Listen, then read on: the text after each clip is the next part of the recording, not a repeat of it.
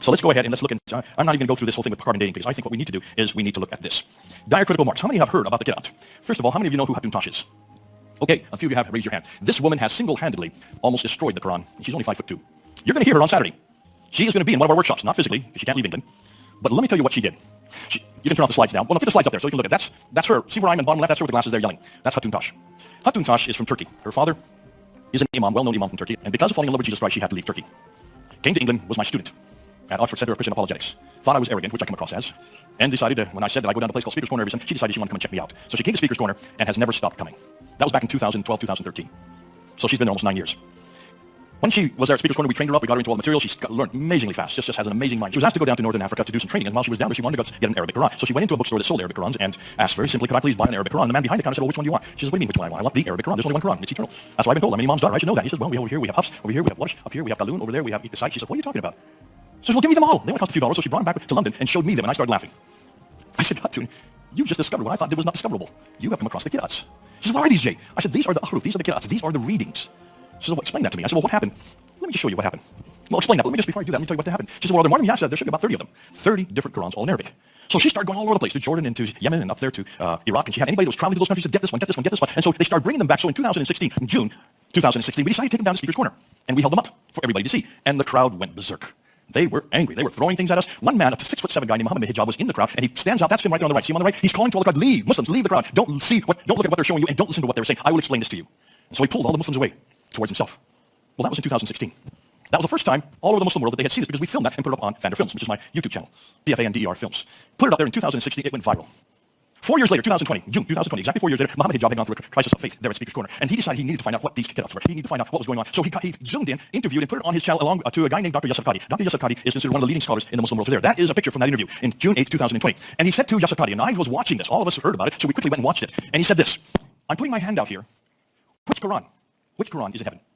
Yasser Qadi said, do not talk about this. We do not talk about this in public. Do not ask me this question. This has been the most difficult question for the last 1,000 years for scholars. He said, if you want to talk to me afterwards, after you film, we can do a deep dive into this. And then he started explaining. Do not tell me. Please don't ask me this question. Please, you can see shipping there on the right. You don't ask this in public. The greatest problem in the last 1,000 years, that's why you need to take my class and we'll do a deep dive. He said, we in Islam, we have a respect for the Quran. We have a red line beyond which we do not ask certain questions. And this is one of those red lines. Then Muhammad Hijab said, well, what happened to you at Yale University when you were getting your doctorate in 1995? We said, when I went there were no red lines at Yale University. You can ask any question you want. He said, did you have a crisis of faith? He said, no, not a crisis of faith, just a crisis of knowledge. Do you see the difference? Not a crisis of faith. But then he went on and said, here, Western academia, here in the West, they have gone leaps and bounds. But you in the East, he said, pointing to Muhammad Hijab, you in the East, your narrative, your standard narrative has holes in it. The standard Islamic narrative has holes in it, and that's his signature statement. And we're now using that all over the world. S-I-N. You get it? Standard Islamic narrative. S-I-N. Has holes in it. And we are the sin sifters. We're sifting those holes. We have a whole group of us, 7 of us, 8 of us now, who are now doing that. Finally, by the end of this, Muhammad Hijab put his hand out one more time. It's about 29 minutes later. He says, I still need to know which one is in heaven. Which one of these 30? Yasser Qadi finally said, they are all the Quran. All 30. And I started clapping my hands. See, what Yasser Qadi doesn't know is what we know. So we looked at those 37 because Hatun has them. And we have found 93,000 differences. Let me repeat that. We have found 93,000 different words between Al-Qisai and Hafs, between Warsh. Just between Warsh and Hafs. Here are 2 of them right here. These are the 2 most popular ones. You can buy these, folks. I just got this off the internet from Illinois. You can buy them as we speak. This one here is the Hafs. This is the standard. This is the one that was chosen in 1924 as the standard for the whole world. This is Warsh. This is the most popular one used in North Africa. This one and this one. They're both in Arabic. Listen, they're exactly the same. Except they're not. There are 5,000 different words between these 2 books. Every time you have a different word, you have a different meaning. Every time you have a different meaning, you have a different sentence. Every time you have a different sentence, you have different theology, you have different doctrines, and yes, you have different practices. Can you see what Hatun did? Just by finding those 26 back in 2016, she has destroyed the Quran. 5'2". What a formidable woman. And she's on our team. And you're going to hear her on Saturday. This woman, single-handedly, in just the last 3 years, has brought 1,000 Muslims to Jesus Christ using this material. 1,000 Muslims. 17 imams have left Islam and become Christians because of Hatun Tash.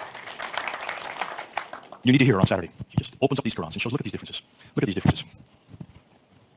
All of them are the Quran, he said, swimming in them. And what it is this? I'm going to show you real quickly. I'm going to give you a quick Arabic lesson. Habib, you should be up here. Habib, you should be up here doing it. But let me just show you. Notice those are 2 of the manuscripts. That's the Samarkand on the left and the Sun. No, there are no dots there, right?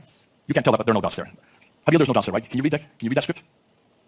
No, you can't. If an Arab speaker, you can't read the script because there's only 16 letters. In the 7th century, there were only 16 consonants. And unless you could see what this little shape was, you didn't know what you were reading. So they had a dilemma. And so what they did was this. They decided to, well, first of all, today there are 28 letters. 16 back there, 28. There are only 6 of them that don't have any dots. The Aleph, the Kaf, the Lam, the Mim, the Ha, and the Waw. Those are the 6 that don't need any dots. And then, of course, you have the 22 that do.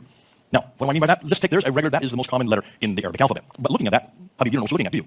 So if you put one dot above it, it becomes a na, or a n, nun, which is an n sound for us. Two dots above it, it becomes a ta, which is a t sound. Three dots above it, it becomes a tha, which is a th sound. One dot below it becomes, let's do it here quickly, ba, becomes a b sound. Or two dots below it becomes a ya, which is a y sound. So if you put them all together, na, ta, tha, ba, ya. 5 different letters depending on where you put the dots. Those dots were all invented in the 8th century. They didn't exist in the 7th century. And that's why they went from 16 letters up to 28 letters that we now have today. And that's why you have the dot. Now you also need the 3 vowels, and there are the 3 vowels. The dhamma, which is the u sound, the kasra, which is the e sound, and the fatha, which is the a, or the a.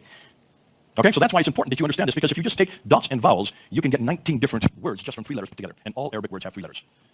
That's just an example of what you can do with all the dots and the vowels. Now, because of that, Hatun Tash, and I just want to show you here real quickly. Here are the 30 official Qurans. Every one of those is a different Quran. Every one of them is given a name by the man that made them. And there are 93,000 differences between those, every one of the 29, and then the Hafs that's circled in black, which became the official one. Here you can see some examples of it, 93,000 differences. Here's 23 of them that my friend Bernie Power has in Australia. And here's the ones that Hatun put up. Let's put them up. There's Al-Susi, there's Al-Jafar, over here's Yaqub, over there's Dui, then we get Ibn Amir, then we get Khalat, then we get Al-Dait, and over there's Warsh, over here's another Warsh, Ibn Sabani, and Ibn Jamaz, and Dui again, Khabar, you have Al-Qasai, and they're getting too small for me to read. There's Hisham, and over here is Al-Bazi, Khalul, Khuba, and then over here Shoba, and as you can continue, come down to the end, it's getting too small, I can't even read them because it's too small. Those are the 26 that she found in 2016. Not 2 of them are the same, and here are the 37. Now, that may be damaging in and enough, and I don't want to unpack it as to what we're finding, because in every case, we're able to find thousands upon thousands of differences. But now we're going to end with probably the most damaging stuff. Here we go. This is stuff no one's heard except for Don.